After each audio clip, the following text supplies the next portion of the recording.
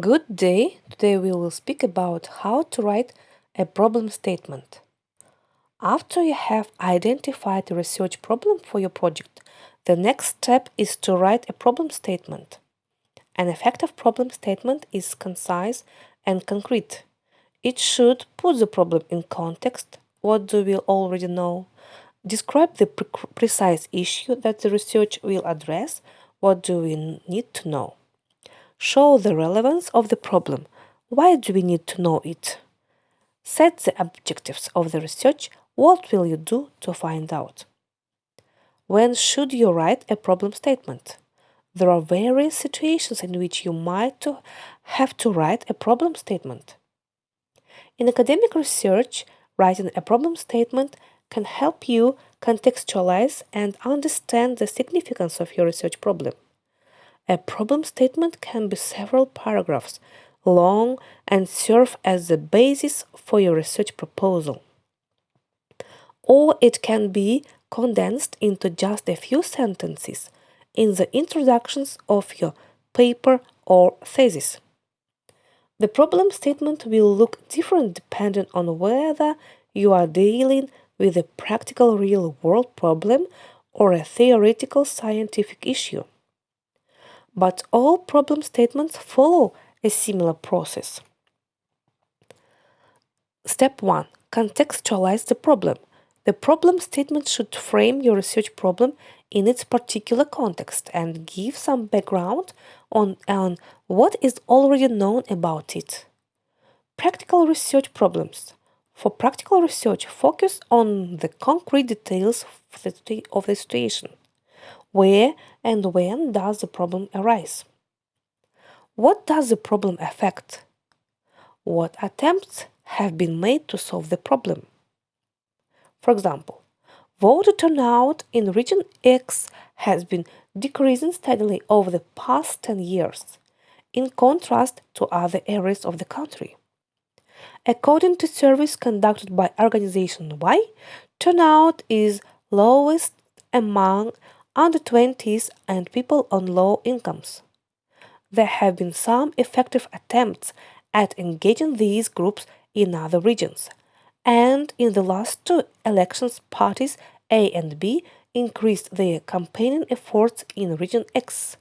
But these interventions have yet to have any significant effect on turnout. Theoretical research problems.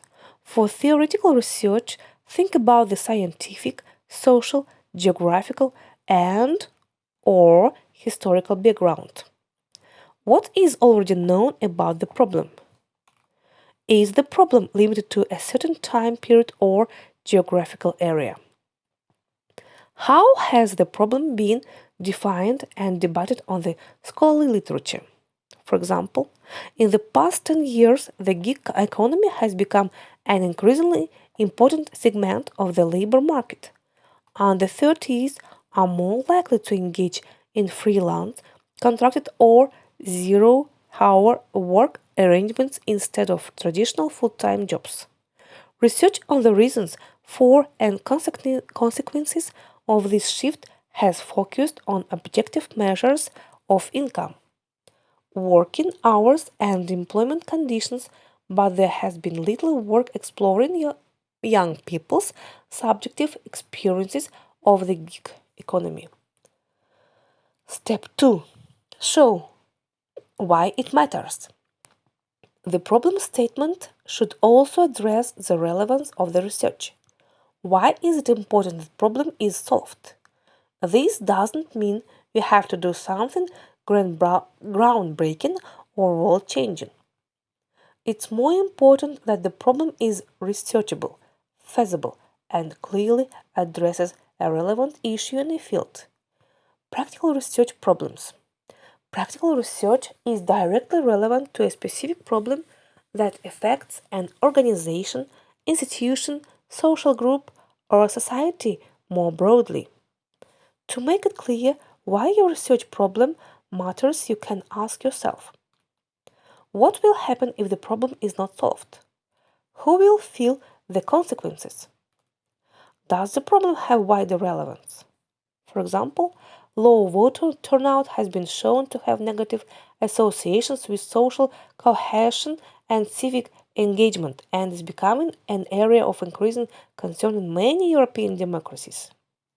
Theoretical research problems. Sometimes theoretical issues have clear practical consequences, but sometimes their relevance is less immediately obvious. How will resolving the problem advance understanding of the topic? What benefits will it have for future research? Does the problem have direct or indirect consequences for society? Step 3. Set your aims and objectives. Finally, the problem statement should frame how you intend to address the problem. Your goal should not be to find a conclusive solution, but to seek out the reasons behind the problem and propose more effective approaches to tackling or understanding it. The aim is the overall purpose of your research. It is generally written in the infinitive form. The aim of the study is to determine, the project aims to explore, I am to investigate. The objectives are the concrete steps you will take to achieve the aim. Qualitative methods will be used to identify. I will use surveys to collect. Using statistical analysis, the research will measure. Practical research aims and objectives. Theoretical research aims and objectives. This project aims to better understand young people's experiences in the gig economy. Qualitative methods will be used to gain in-depth insight into the motivations and perceptions of under 30s engaged in freelance and zero-hour work across various industries. The aims and objectives should lead directly to your research questions.